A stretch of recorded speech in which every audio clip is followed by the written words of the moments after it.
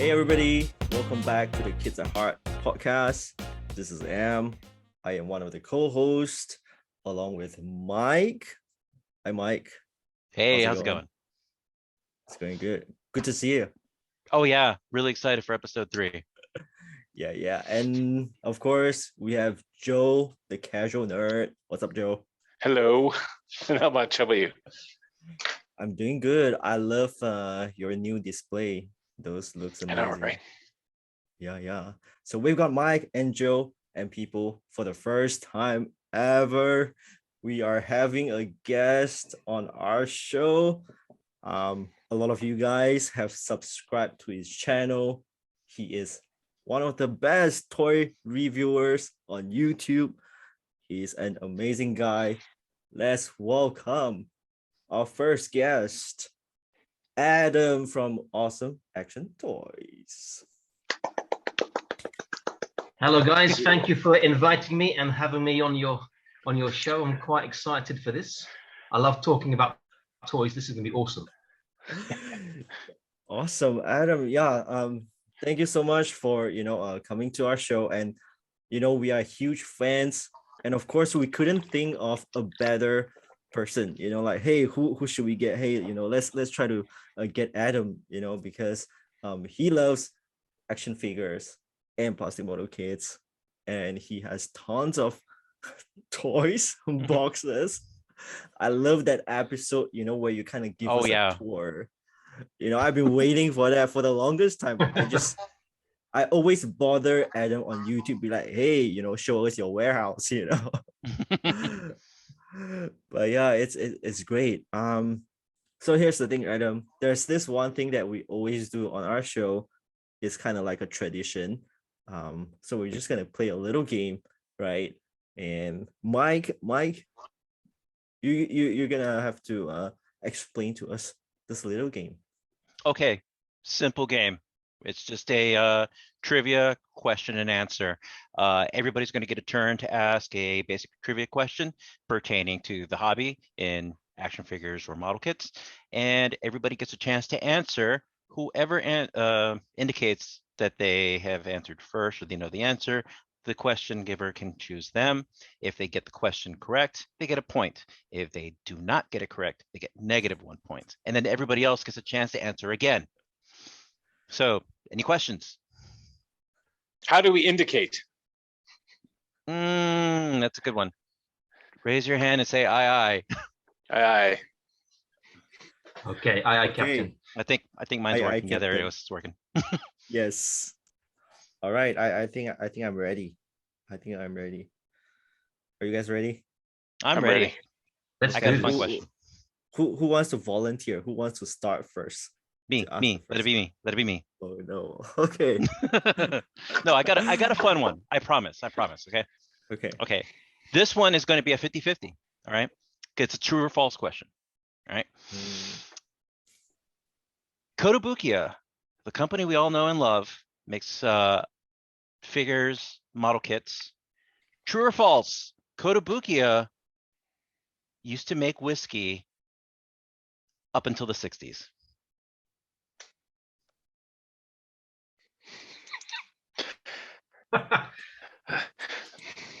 Joe, go for it.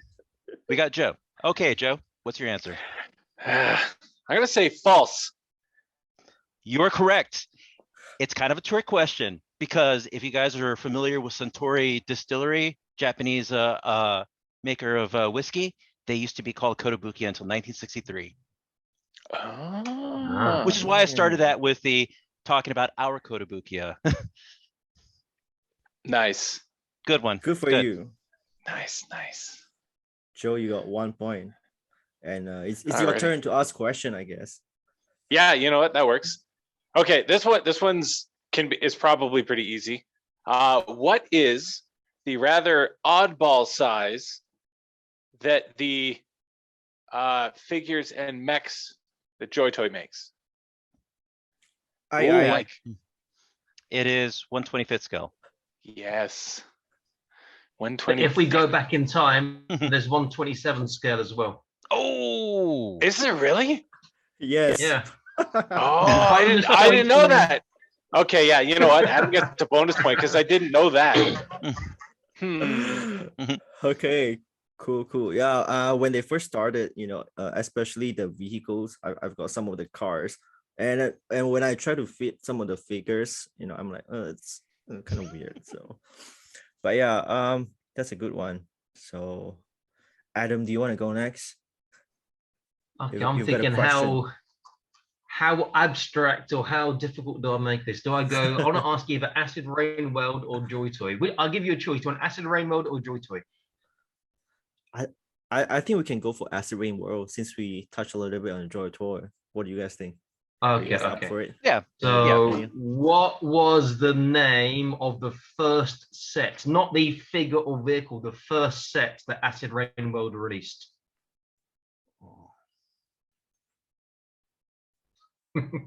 Oh, see, the problem is that if you get it wrong, you lose a point. What was the first set? I'm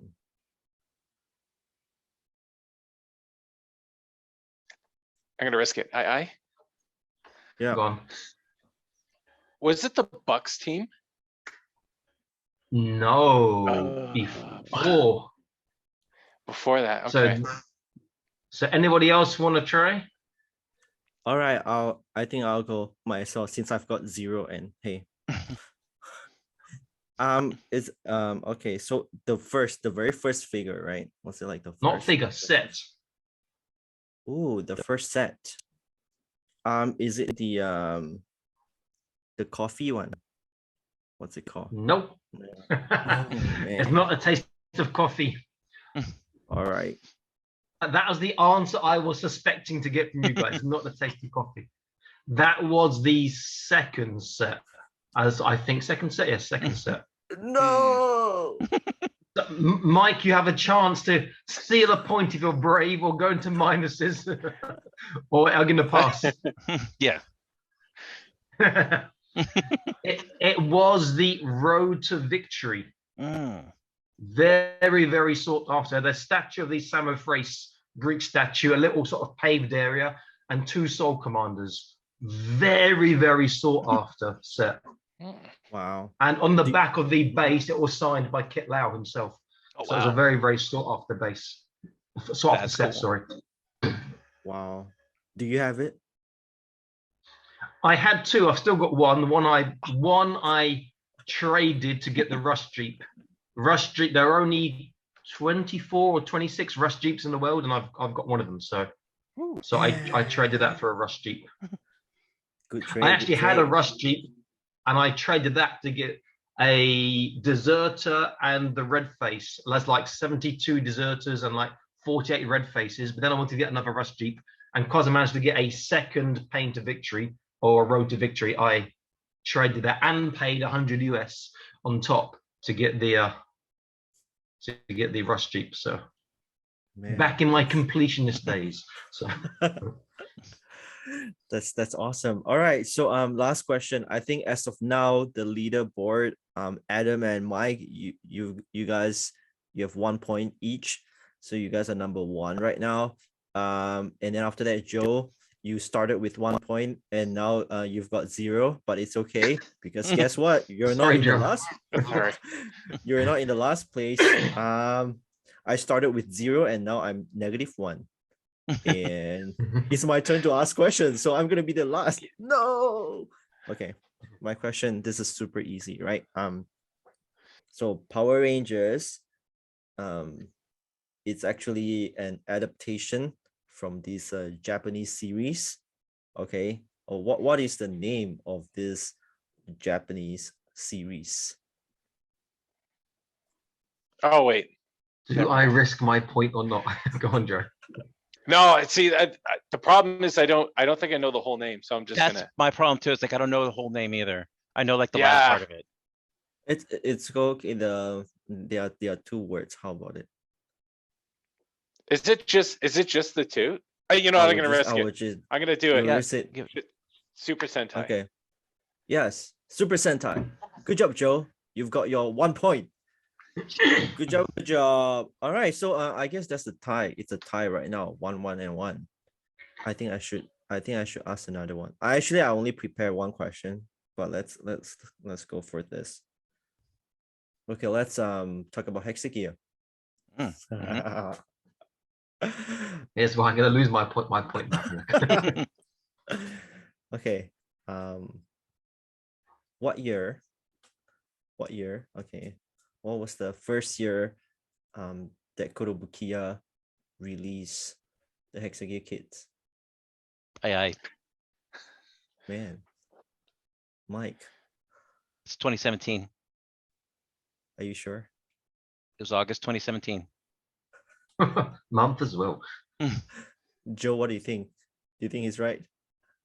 I think so. Congratulations, Mike. You won this little game. It's funny because the other question I had was which were the first kits that were released in that first month of Hexagear's release. Ah, Wow. Okay. I thought the Kotobukiya one would be a lot more fun though. Yeah. A little bit of Okay. interesting trivia. Let's move on to the next part.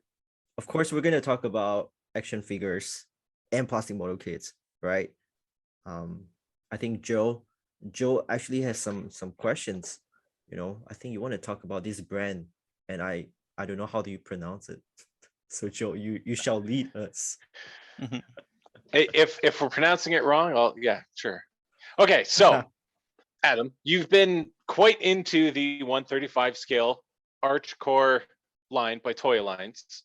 What kind of figures would you like to see in the future?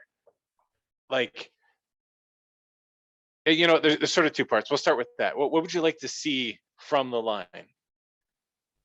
well, you know, when it first came out, I was all in, and then with the Frostlight, I wasn't overly impressed because when it went into truck mode, it's like it's not really in scale. It's one figure, it fits inside, not really, and I wasn't, you know, it sort of pushed me back. But when it came out with the Wolf release and I saw how it connected and this huge sort of, I thought, yeah, I'm back in, full in.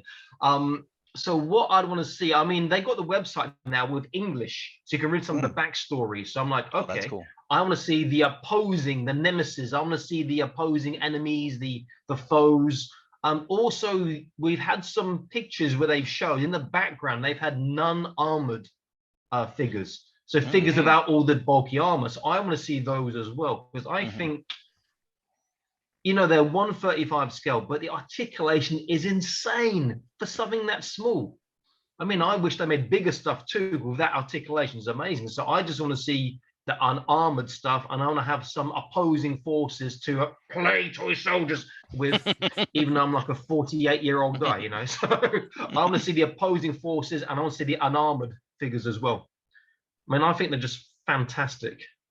And speaking of which, I had delivered yesterday or the day before.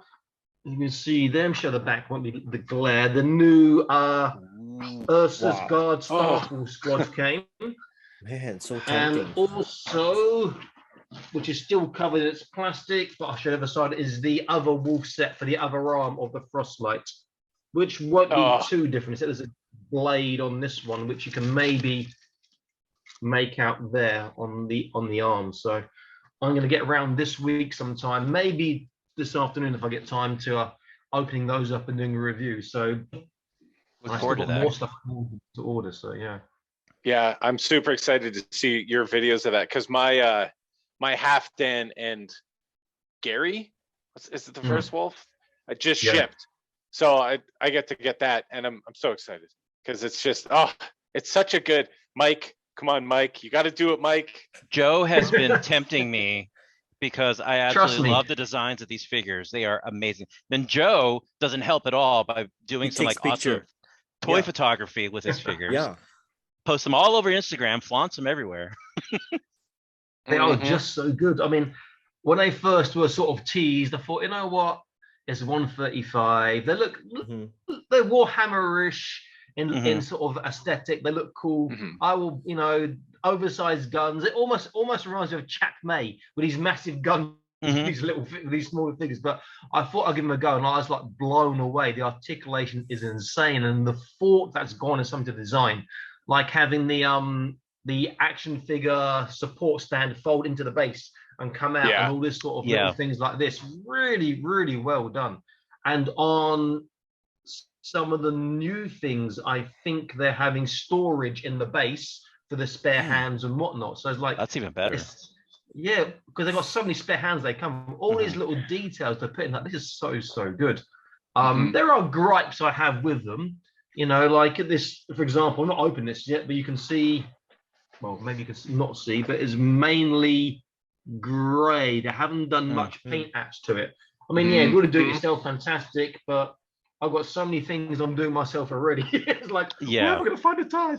You know. But other than that, they're just top notch, really, really quality made, quality built, very robust, and again, such amazing articulation for such a small figure. Well, it's interesting that you sort of jumped on the thing you didn't really like, and it was actually sort of my second part of that question was what would you like to see improved?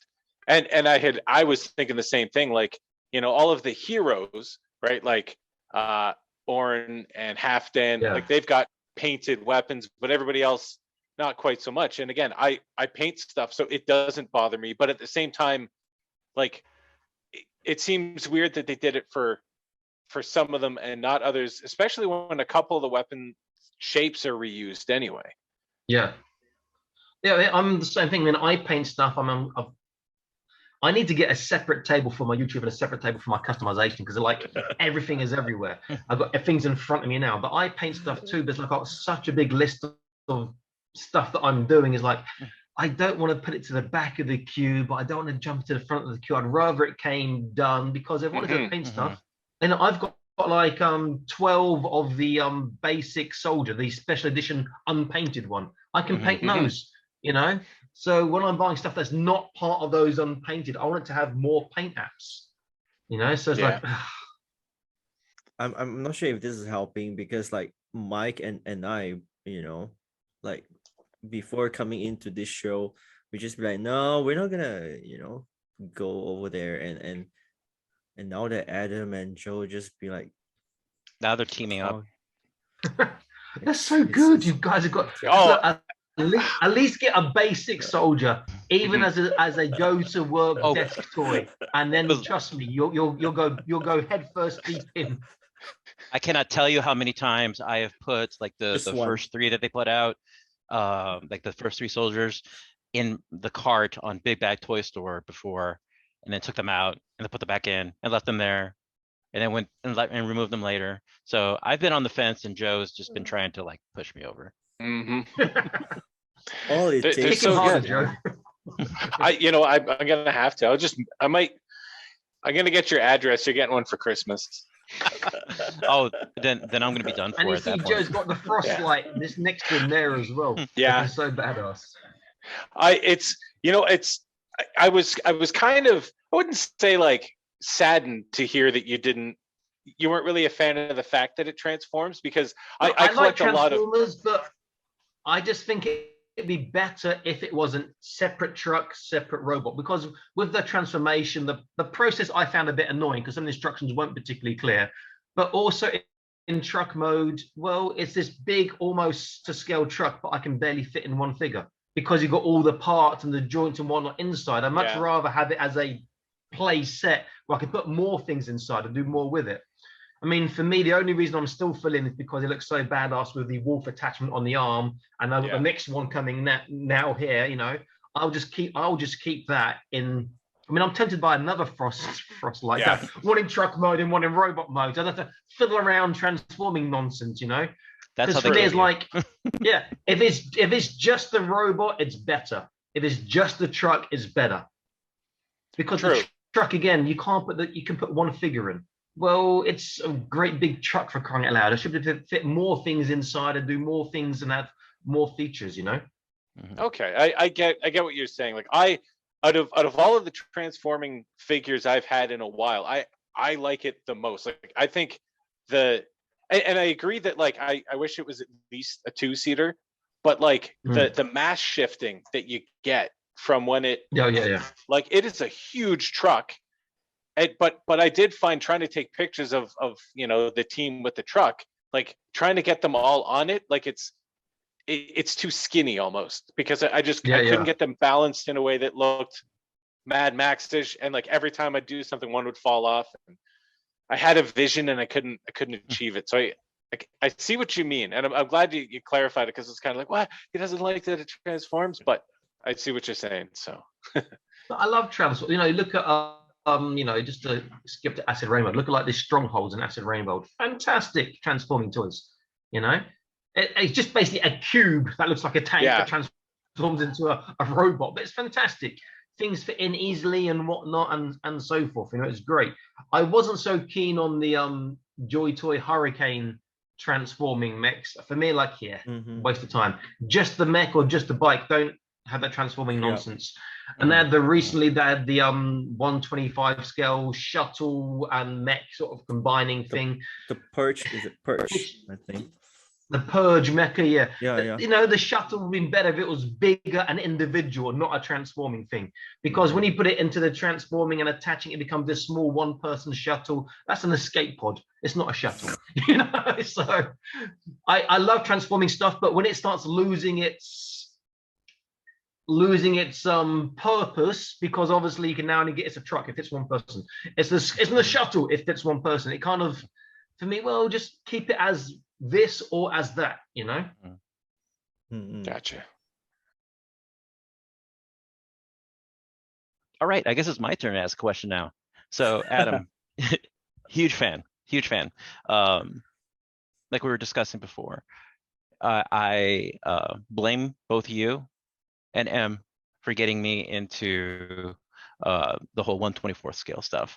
Hexagear governors, armored puppet, number 57, that kind of stuff. I remember when I was looking stuff up like on YouTube and whatnot, reviews weren't a whole lot. You guys gave some really good information, especially about armored puppet. Now, my question to you is, what are your thoughts on some of like the newer stuff that's coming out, like say like the new Manhunter Shark that's going to be coming out soon? And what do you want to see theme-wise for the line to go to in the future? When to answer your Manhunter Shark first, and I'll go back to the grave frogs. When I first saw the frogs, like it's not matching with the other stuff, but it's number 57. I'll get one or two, and I was blown away. I've got 5. I've got more of those now than any of the other kits. So with the Manhunter Shark, I'm not gone. I've gone, yeah, because now how good the frogs were. So I've got 3 of those pre-ordered, and I think they look amazing. I think they're going to be fantastic. The frogs got so much character. The sharks have got a lot of character. I've got a little team I've done with the frogs 5. I've got another custom which I'm working on, which has got frog parts and a very small 1/18 scale figure I'm going to use as the boss and whatnot. So that's something that I need to get back onto in the next week or so, because I'm sort of person who starts a custom, then suddenly it goes further back into the queue, as in I've started but not finished, and I start another one. But anyway, right. Theme wise, I was thinking about this earlier. Funnily enough, there doesn't seem to be any continuity, or very little continuity of what they're releasing. Here's a cool kit. Here you go. So I guess I would like maybe some sort of, even if it's a relatively general story, so we have an idea of how things fit in.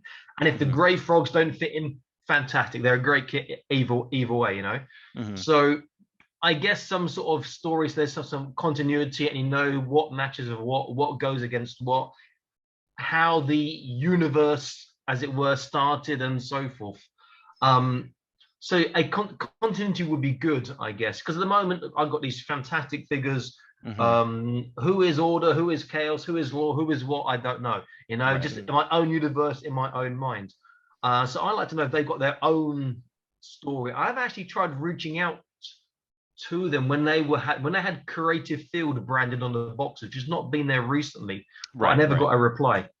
So there was a toy show November last year that got cancelled that they were supposed to be at, and I was going to get press pass, fantastic, go for free, but no, it got cancelled.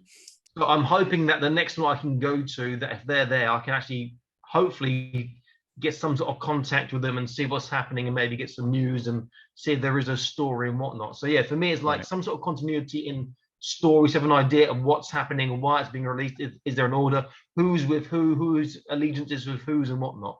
That's what I would like to see. But either way, they are for me top of the tree when it comes to quality kits at the moment. The only thing is the hands. Oh, Difficult to hold things. I think that's one of my big things. The earlier kits, it was hard to even turn the hands. It's kind of, you had to like kind of pop they it out, pop out. reposition it, Yeah.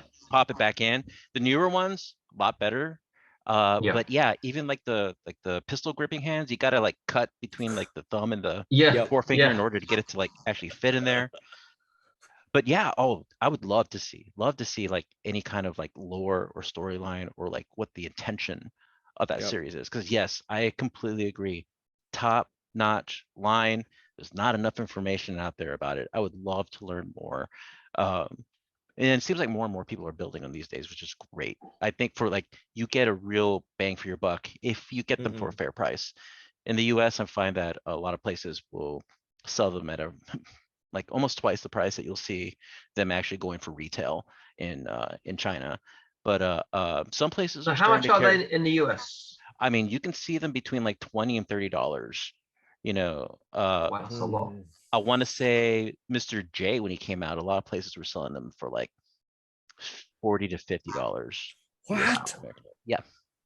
Because here, if I go to UK pounds, because obviously that's one of the default to, Mr. J was under £11, under 11 UK pounds. Oh wow. Yeah. You know, but I'm in China, so you know I get Chinese prices. Yeah. See, you're fortunate with that. You're fortunate with that. I mean, when I first started buying them, I didn't know any better. I just bought them from, I think, Big Bad Toy Store, and so I bought them for whatever price that they had. But I don't regret it, being that it introduced me into the series. It's still like a fantastic series. I love to me, they're like a fine sorbet, let me put it that way, because you know I like to like have it as a palate cleanser between like model builds. They're quick, you can do it like sit down in one session and build them, and they're fantastic. Personally, I'd love to see a little bit more sci-fi stuff. I think the Manhunters can fit into a sci-fi theme. Like you could have like the battle types, and then you could have like Manhunter frogs. 'Cause I love those frogs also. They gave me like so a good. Battle Toads, Bucky O'Hare kind of like Yeah. you know vibe to them that I absolutely Nice. love. And the sharks, I mean, they are like hitting it out of the park with these. And so I'm really looking forward to more of what they do. And I would love to see them do more female ones like Yui, because Yui was a lot of fun. I had to stop Well, myself they've from got buying the like 12 Yuis, you know. they've got the Egyptian Isis one shown that I think I've pre-ordered, but you know, it Yes, also got that's it right. comes with a Hopefully. sarcophagus as well. Like, when's this coming out? It looks so good. But yeah, more female ones would be awesome. That does it for my questions. But But they got so much really. I mean, I love the diorama sort of bases they got, and when you had the the soldier one, you know, the guns can fold and fit onto the diorama part, and you got like all these other little details, and it comes you know, with drones. Two like, different types of drones. I thought that was really so awesome. Yeah. The flying drone, the walking drone. It's like, oh, the amount of and the level of engineering. Like you look at the second industrial type with these sort of things that fold together and go to like a case and the drill. Like, oh man, this is so well made. And even with the frogs, with their sort of rocket launchers, the way the handles fold in, it snaps together, and just perfection in terms of design and engineering. So well done. It is. It absolutely is. I can gush about number 57 all day long. And honestly, whatever they put out, I'm going to buy it, whether I think it's, you know, an initial, you know, like, you know, thought. If I think it's not that great, I'm going to get it anyway. Because I don't think I've built a number 57 kit that I did not like. I think one of the latest ones I built was the Shadow Wolf. And oh man, that thing was amazing. Probably the longest, most complicated armored puppet build I've done so far, but so worth it. So? I thought it was a quick build. You really? Oh man, it took me a while to put that one together, because like I said, I usually put them together like in one sitting, and I think it took a couple sittings for the Shadow Wolf for me to put them together. Like it wasn't like or 3 maybe hours I'm long. confusing the Shadow Wolf with the 30-minute mission wolf that came out as well. Now that Oh, the 30-minute dog, mission yeah. wolf, that was a quick one. The Shadow Wolf was a bit longer, and I found the Shadow Wolf great kit, but one of the joints keeps popping out, so I need to sort of heat up and force that end and let it cool down. But yeah, great stuff. There's nothing I haven't enjoyed from it yet. I think the only thing I don't have, there's two things I don't have. I don't have the green Omniflame or the sand color soldier. Oh, Because they were, for me, they were repeated. Like, okay, you know what?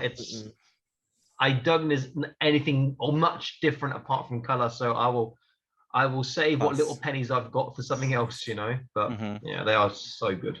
I think with it's a good decision. The wolf, do you prefer the wolf in the wolf mode or bike mode? And you know, going back to our Archicore conversation, would you prefer to have a standalone wolf and a standalone bike, or do you prefer them as transforming? Oh,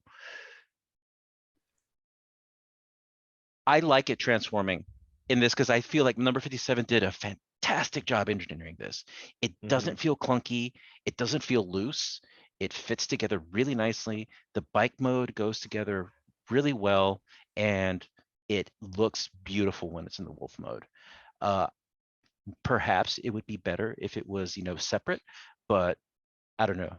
I think they hit a sweet spot at that. I'm not a huge fan of transforming model kits because they always end up kind of loose and janky, you know, but some Hexagear have that kind of problem. But I'm really impressed with the sturdiness. I still have them right here on my desk. The sturdiness of this thing. And this guy is just fierce. I loved his motorcycle mode. But I think once I transformed him into the wolf mode, he kind of like stayed that way on my desk because he just looks amazing that way. I've got it over here too, and I feel like, you know, for the number 57, this is actually their first, right? Like their first transforming plastic model kit, and you know, for a new, like rather new toy company, I think they did pretty well, you know, and of course we're gonna get some issues, but I think, you know, since they are relatively new, for me, that's, hey, you know, I feel like they have done a lot, and this guy, it moves like an action figure, you know, inside, and even better than the Joytoy Hurricane. I would say that the Shadow Wolf is probably currently my favorite of the Armored Puppet series so far, just because the design aspect of it is just absolutely beautiful. The way that the entire thing is designed. I'm completely impressed with it as a transforming model kit. Yeah. And the size is pretty good for a 1/18th too. I feel like, you know, you can pass as like a 1/18th, like a pet wolf or whatnot. And yeah, speaking of 1/18th, we're gonna talk about some action figures with Adam. But before that, kind of want to know, you know, your thoughts on the Hexagear, man, because, you know, the three of us, we are huge fans of Hexagear, and we found out that we have probably covered like more than 90% of the Hexagear kits, you know, together as a team. So I just want to kind of pick your brain on Hexagear. What do you think, Adam? I like Hexagear. They're not the do-all and end-all for me, you know. It's not something I'm going to invest heavily in. I've got 3 or 4 of the governors, and a couple. I think the bike and a few other bits and bobs, things I haven't made, and I like it, but it's not for me. It's not had that wow factor like number 57. Now, that's not to say it's not good. They look amazing. You look at some of the customs people make. You look at the kits that came out. They look fantastic. But for me, there's more joy in building a number 57 than there is in building a Hexagear. I feel that 57's got more quality, and that's why I'm sort of drawn to that more. But having said that, the Hexagear stuff works with a lot of the number 57 stuff. It works with some of the Joytoy stuff, the smaller scale Joytoy stuff, you know, and it does look really good. You know, it's great stuff, but it hasn't hooked into me completely to drag me in, you know. So yeah. I mean, I have got the which guy is it? The new one that's really sort of scales in 1/18. I've got his name now. The bump up expander.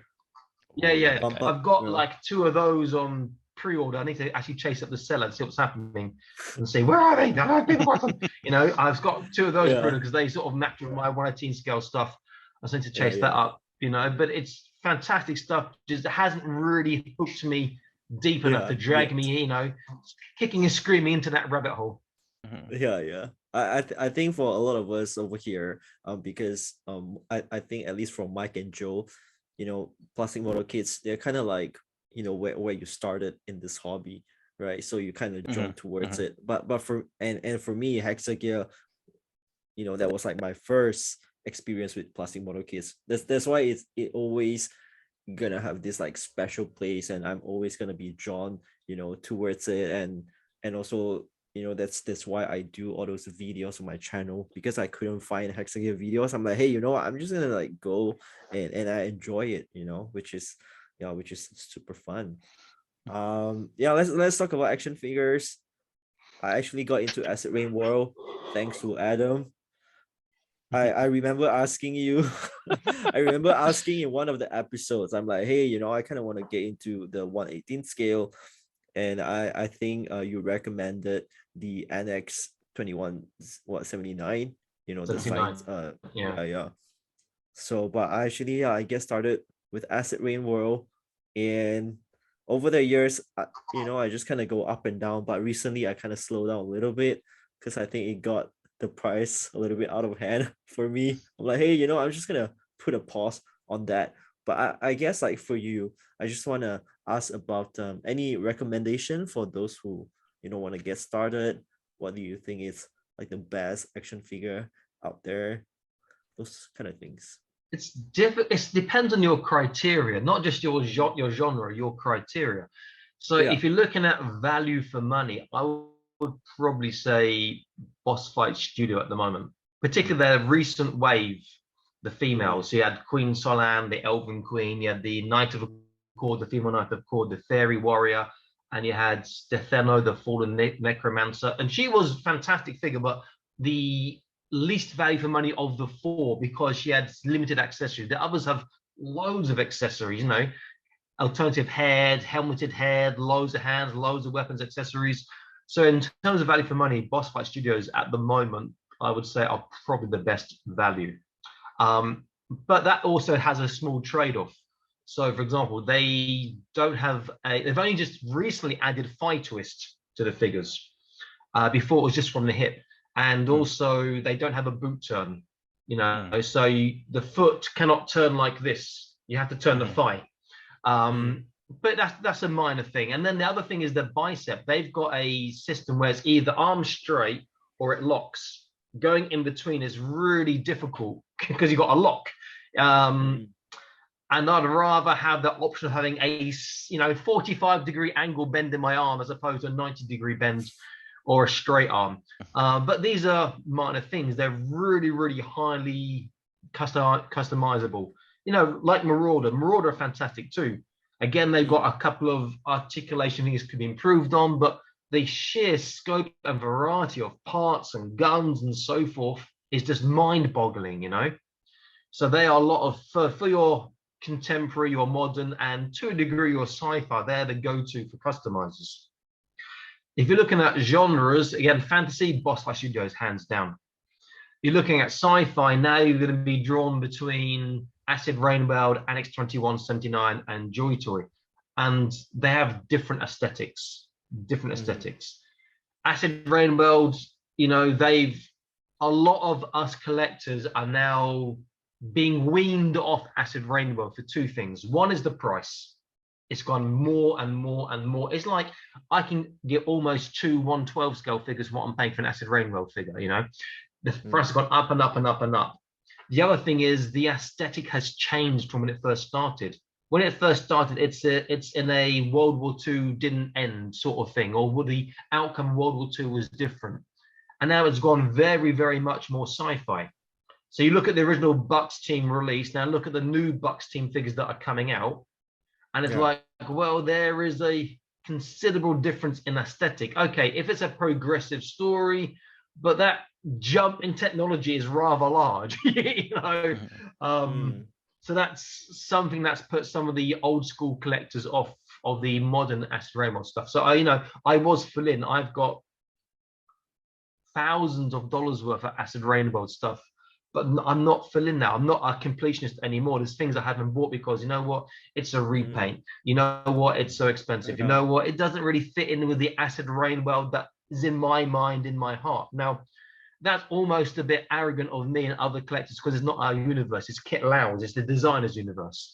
But what we bought into is not what is there now. It's changed. But also in the sci-fi, probably my favorite 1/18 scale line now is also by Kit Lau, the Annex 2179 Cyberpunk. I think really, really good. The proportions are a little bit strange, almost long monkey-like arms, ape arms, but you get such a great range of articulation on the figures. So I think it looks really, really good. And I haven't been pushing out hundreds and hundreds of figures. There are a couple of repaints. So it's still affordable to jump in now and get stuff because it's not every month or every 2 months something's coming out or you have to pre-order something. And then we come to Joytoy. They've got the contemporary, which figure-wise are probably better than Marauder, but weapon-wise and accuracy-wise, you can't touch Marauder at all. Now, the accuracy and weapons and the kit that their stuff come with is, is top-notch. And then Joytoy got their Battle for the Stars, their Dark Source stuff, which is their own sort of sci-fi universe. Now they've got the 40K stuff, which is fantastic, but the price now is creeping up, and the release schedule is so hectic. It's like people now have to decide: am I going to collect just Ultramarines, just Chaos, just two things? I can't do it with Space Wolves, and there's so much stuff coming out, And this is the one thing of Joytoy that a lot of people don't know. Joytoy invested heavily early on in their own factory. They've got their own factory. There's no we design and it goes to a factory to do samples and come back to us.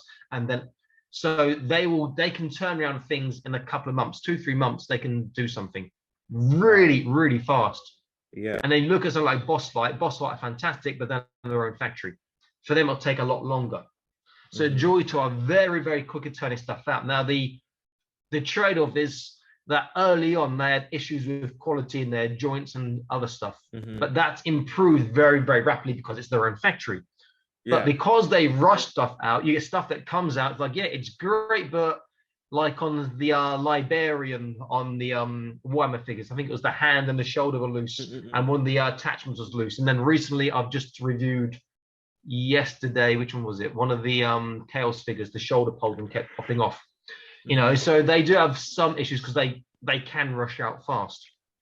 So it all depends, to come back to a question of what you're after, the aesthetic, the criteria, where it's value for money, whether I want to be a completionist. I mean, completionist now, it's almost impossible to choose anything to be completionist because it's production runs finished. Now you're on a secondary, I'm going to rape your wallet market. So it's really, really not easy to be a completionist. Annex 2179 is relatively new, but getting some of the first releases is really going to cost you far more than you want to pay. So I guess it's going to be criteria based.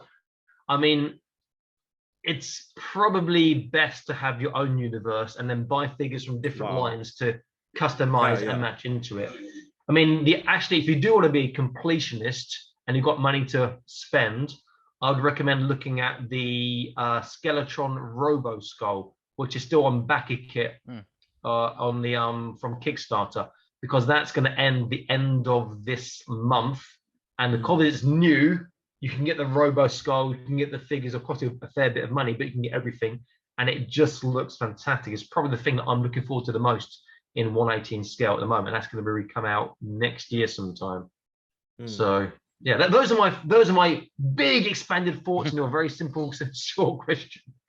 Yeah, I think that's Adam, thank you so much for covering like so much in just that few minutes. For me, one of the things that I start to enjoy more about Joytoy is that I have seen improvement, like just within the last year, because I actually started collecting 1/18.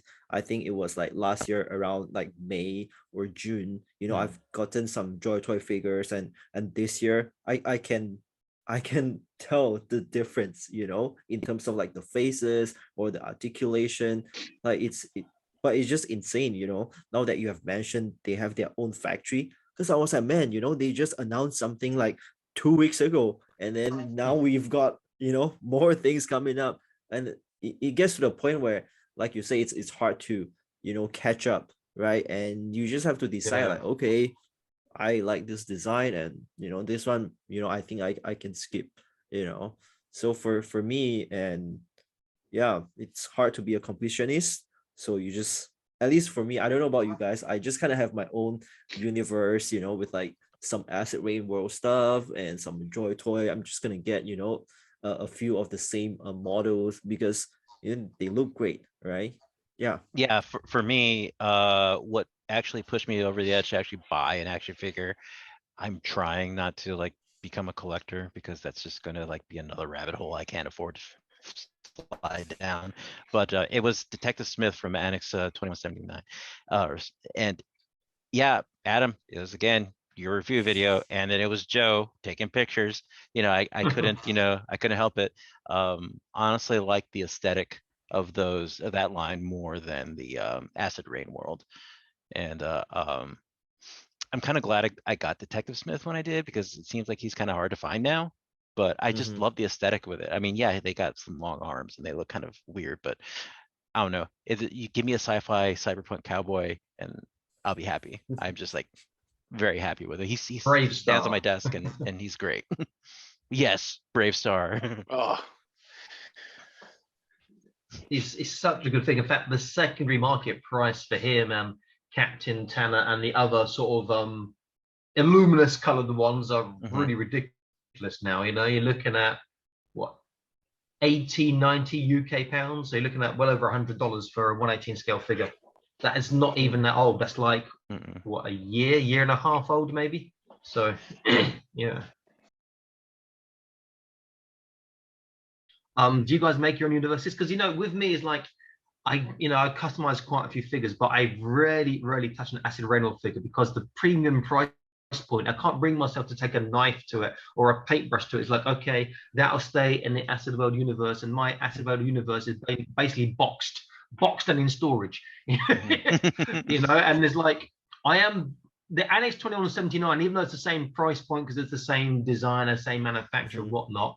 I am expanding that universe and getting some things ready. Looking at the new Joytoy, the cult of San Raja, I've forgotten what they're called. They look fantastic. They'll fit in with Annex 279, post-apocalyptic Mad Max sci-fi, Mhm. But Yeah. generally, the universe will really depend. If it's something I've bought into a lot, I'm not going to touch it, because I don't want to alter that universe.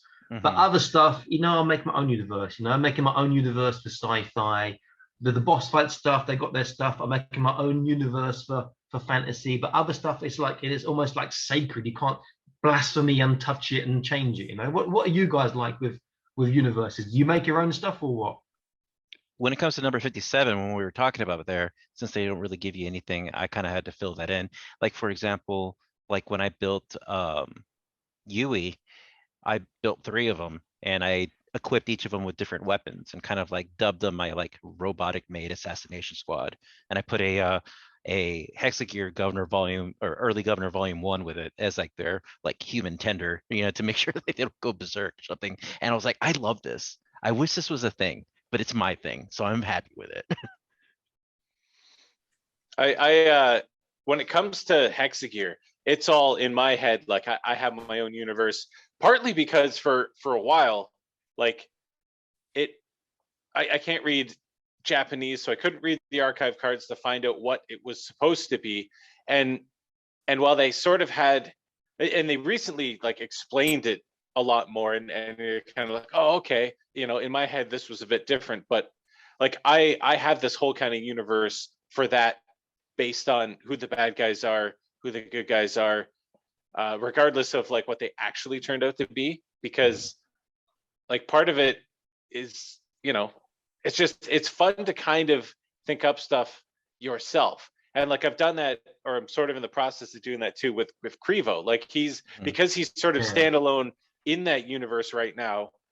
Um, and he's kind of a weird scale. Like I've got this thing that I'm trying to work on that involves, like, I don't know if you've seen this, but it's like V-Toy's Cyberpunk Robin, right? Yeah. And he's a glorious figure. So I'm actually doing, like, I'm going to be customizing that a bit to be not Robin, right? Like to be this cyberpunk character who's partnered with this cyborg cowboy or robot cowboy. And then I'm actually using the Nuke Matrix Fox, like long range striker. She's going to be part of that team too. So she's like, lighting's terrible here, but you know, like she's cool. going to be like the kind of android assassin for that team. And I kind of, because like I do a lot of like, when I do the pictures and stuff, like I always have these ideas, and I'm working on like stuff that's outside of like the white light box to be a little more interesting, because you can't really tell a story unless, you know, it's a whiteout snowstorm every time. I don't know, but I'm rambling a bit, but yeah, like I just like when it comes to like I a lot of the accounts I follow on Instagram kind of tell stories with their own stuff too, even within, you know, like a universe. Like there's some people I follow that take like Master of the Universe stuff and sort of tell their own stories, and it's like incredible. And you're like, yeah, like I like having a thing that you can really like invest in yourself, but also get, you know, when you're like, I don't want to touch that though, because that's a thing. You know, like I have a lot of Transformers, and that's a very kind of, you know, set canon and universe. So I've never tried to customize anything like that. But when it comes to model kits, like, oh yeah, it's the gloves are off because I can paint them up and turn them into like their own faction and stuff. And yeah. I think that's kind of cool with like the military theme with Hexagear. You can put together your own unit. Like you got your own like special unit of, you know, of Roughnecks or like Rejects or whatever, with their own color schemes or their own logos or whatever. Yeah, I love being able to like kind of like put your own spin into that world, your own headcanon of like what's going on, you know. Mm-hmm. So what is happening with Oblivion Land? You know, we've got this one guy, Crevo from Oblivion Land, and it's like, this is like fantastic. I'm like, you know, this is head first, swim down to the bottom and hold on. So I want to be completing that rabbit hole. Then like that's it, you know. Yeah. So I want more. I agree. I like, it's the only figure of that Astrobots mold that I own, and it attracted me because he was like, he had more accessories, and he seemed to have like, he was a character, but again seemed a bit open to interpretation. And like the cover art was incredible, and there's a silhouette in the background, you're like, I can't wait for that, and then it never happened. And they haven't teased anything else. It's almost like I don't know if it didn't do well, like it didn't sell well or what, but they like, because that came out, and then it was like Archcore was like the next thing that they were like, oh, check this out, and that has exploded, and we've still only got Crevo, so, which is good for Mike, because he's gonna buy Crevo. I even bought some of the Astrobotics, not Astrobots, but the expansion sets. Is it like the wasps? Yeah, the wasps and the tarantula. Yeah, it's like, yeah, got that, and it's like, well, I wanted to use it with something else with the Oblivion Land, but there's nothing else, so I haven't even opened it, reviewed it, unboxed it, or anything. It's just sort of sat there in my pile of shame, you know. So, we all have one. Yep. Yeah, I can put my hand up and say I've got piles of shame, you know. We've seen your video where you gave us the tour. Trust me, it's worse now than it was then. It's like really. All right.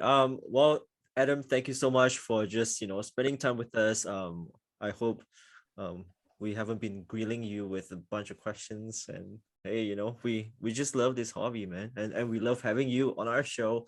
So yeah, tell us what's happening, you know, what's going on with your channel. Is there any updates, announcements, something exciting? Well, there's some plans that are being worked upon. In fact, I might give the lowdown exclusive on a couple of things there. So you know, my channel just growing steadily, slowly, and you know, it's a niche. You know, it's mainly niche because it's mainly 1/18 scale. I do a few kits, a few bigger stuff as well.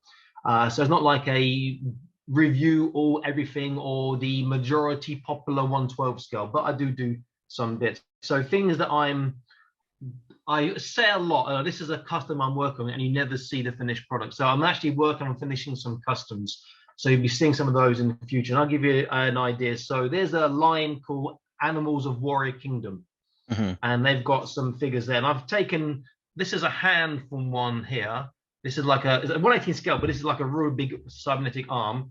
And what I'm doing on this version here is I'm adding joints to the finger, but only 2 joints, because 3 joints, my fingers can't cope with drilling like that. It's really, really sore.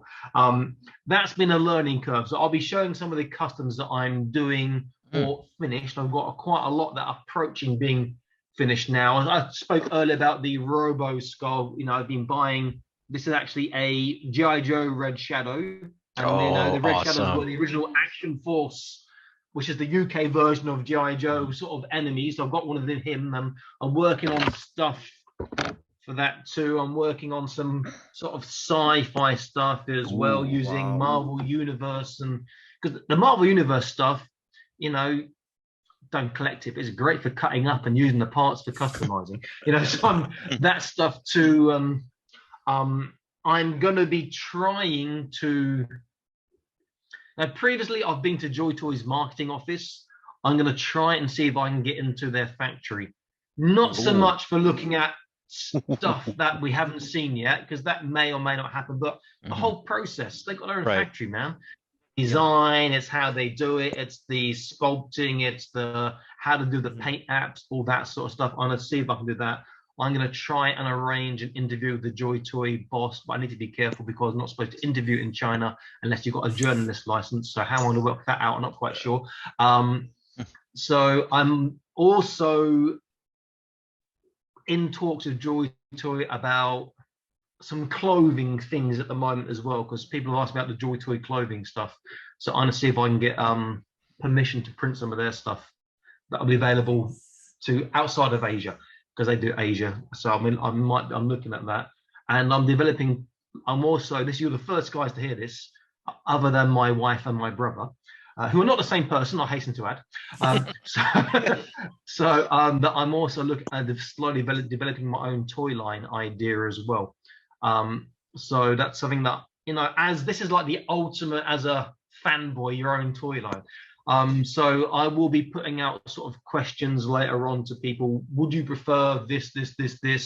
And I want to have something that's going to cross between 112 and 118. So maybe some of the figures in the universe will be sort of compatible with 112, but others are obviously 118. So I can obviously it'll please a wider audience and wider market, but also one of my gripes is with toy lines in general is everything is generic height, nearly, not always. There are exceptions. So you look at the Star Wars, you can have obviously different size aliens and whatnot, but generally, you look at Acerino, everything is almost the same, apart from the Reborn Troopers, from a long time ago. Look at Joytoy, is all pretty much the same if you're looking at 118 scale, unless it's the Warhammer stuff where they've got more variety.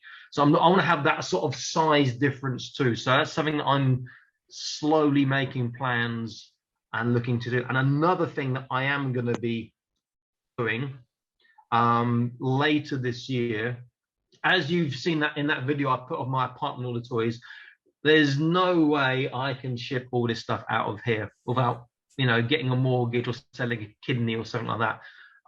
It's stuff that I can't sell either, because the cost of shipping is like, there's no point. You can get it cheaper from a scalper, because that's going to add double the price. So something I am looking at doing is of having I can't think of the word now. The words escape me. I was on such a good roll. Having raffles.